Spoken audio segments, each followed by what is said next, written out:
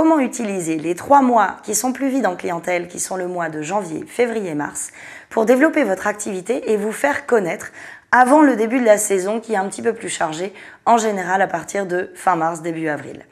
Donc les petits conseils que je veux vous transmettre vont concerner surtout les personnes qui sont en début d'activité ou installées et qui souhaitent aller toucher un nouveau type de clientèle. Souvent, il est très difficile de s'adresser à ces clients. On a souvent des difficultés dans la communication, communiquer ce qu'on sait faire, ce qu'on aime faire et comment le faire aussi. Donc une petite chose que je vous recommande, c'est de faire une analyse de votre site internet, de vous assurer que le mot « je » sur vos sites internet est moins important que le nombre de fois où nous retrouverons le mot « vous » qui s'adresse à vos clients. L'idée, c'est de vous adresser avant tout à vos clients. Essayez de rebasculer dans l'autre sens cette communication. Sur vos sites internet, sur vos blogs et sur vos cartes de visite, vérifiez bien vos numéros de téléphone, peut-être pourquoi pas les liens vers vos pages professionnelles Facebook, votre adresse email, votre numéro de SIRET. Souvent, il y a des erreurs dans les différents supports de communication ou canaux de communication que vous utilisez.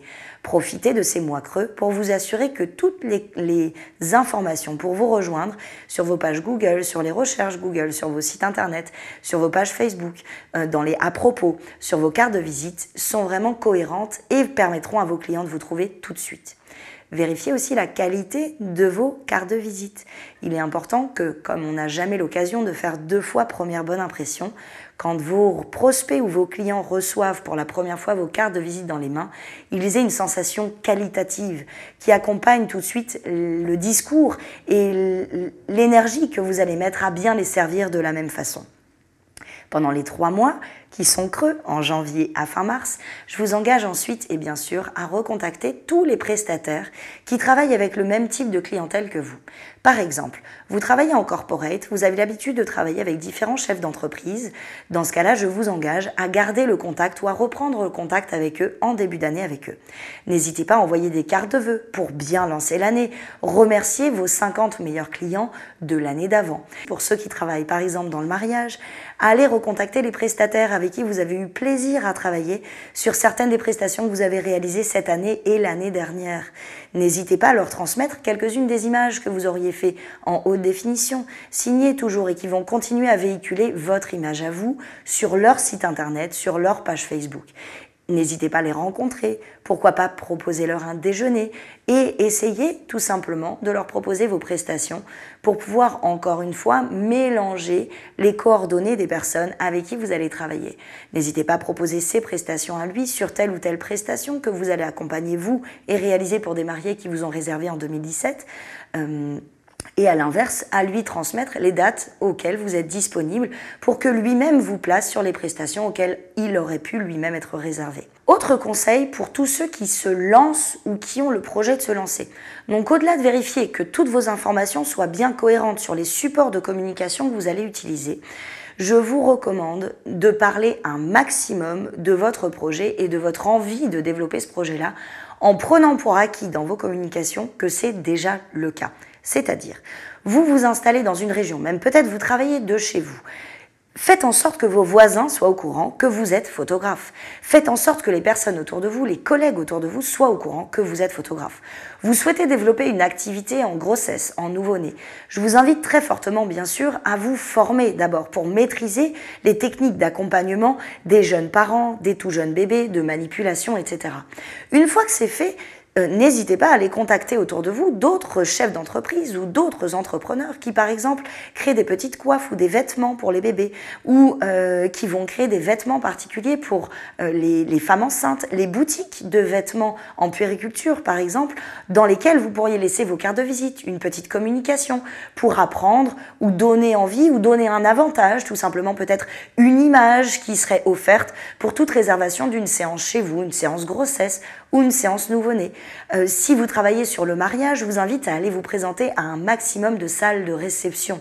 Au-delà de réaliser des images pour vos amis, les personnes qui vous entourent, progressivement pour aller chercher vos premiers clients, c'est souvent dans le premier cercle que ça se construit. Donc, bien sûr, il faut que les personnes qui sont autour de vous sachent et soient au courant que vous ayez cette envie, ce projet et que vous vous lancez dans la photographie. Contactez aussi, pourquoi pas, tous les photographes qui sont autour de chez vous. Allez vous présenter, n'hésitez pas à leur demander des petits conseils et à vous présenter dans la bienveillance, c'est-à-dire que vous n'êtes pas là pour leur prendre leur marché, mais bien au contraire à apprendre de leurs expériences et grâce à eux, à faire vous aussi une activité pérenne. Et de plus en plus de photographes sont dans la démarche du partage et de l'échange. Détrompez-vous. Sauf qu'il faut oser dès le départ. Et c'est ce premier pas qui est souvent le plus difficile, souvent quand on commence. C'est qui je suis, moi, je ne suis pas légitime pour pouvoir le faire. Sauf que si vous n'osez pas, personne ne le fera à votre place. Et d'une façon ou d'une autre, c'est en commençant, en faisant des petits pas, petit à petit, qu'on construit justement une énergie, qu'on construit une entreprise, qu'on construit un projet, une vision photographique qui petit à petit va créer des ambassadeurs, va nous permettre d'avoir de nouveaux clients. À l'école, n'hésitez pas à parler de votre projet. Vous êtes photographe de grossesse, de nouveau-né, vous réalisez aussi des prestations pour les pros. Tout cela, si les personnes autour de vous ne le savent pas, si vous n'allez pas au-delà de votre zone de confort non plus, ce sera très difficile ou en tout cas beaucoup plus difficile pour vous bien évidemment de vous faire connaître et d'aller trouver vos clients.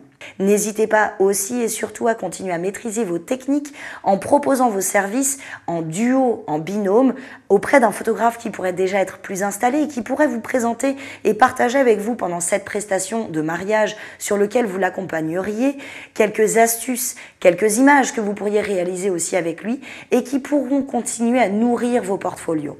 Ces mois-là sont fondamentaux parce qu'ils vous permettent de travailler sur tous les outils de communication, les plaquettes, les flyers. Si les personnes autour de vous, même les plus proches de vous, les commerçants autour de vous ne connaissent pas votre savoir-faire, ne connaissent pas votre savoir-être, ne connaissent pas vos valeurs, ça va être très difficile pour vous de développer un réseau. Donc quand vous commencez, je vous engage à vous faire connaître un maximum de monde autour de vous. Ne prenez pas pour acquis que tout le monde sait ce qu'est un photographe aujourd'hui. La preuve, moi quand je suis rentrée en France en 2009, je pensais sincèrement que tous les photographes en France étaient des vendeurs de pellicules. Et c'est parce que certains d'entre vous m'ont montré progressivement que vous étiez bien différents de ça, que j'ai appris à accepter que vous étiez tous uniques et que vous aviez tous quelque chose de très fort à apporter à vos clients, qui sont vos valeurs, vos expériences, votre façon de les guider et qui justement vient un petit peu de tout ce pourquoi vous travaillez au quotidien. Utilisez à plein ces mois vides et évitez de vous poser 10 000 questions sur l'année qui arrive. C'est normal, on est toujours dans les mois creux et c'est toujours un gros mois, le mois de janvier en particulier, de remise en question avec donc des objectifs qu'on se fixe. Fixez-vous des objectifs, mais fixez-vous aussi et surtout des actions à mettre en place pour réaliser vos objectifs. Et là, on commence à travailler ensemble. Je vous dis à très bientôt pour le projet de cours qui aura lieu début janvier sur Mpara. Je compte sur chacun d'entre vous et j'ai vraiment hâte de vous retrouver et de vous rencontrer. À très bientôt.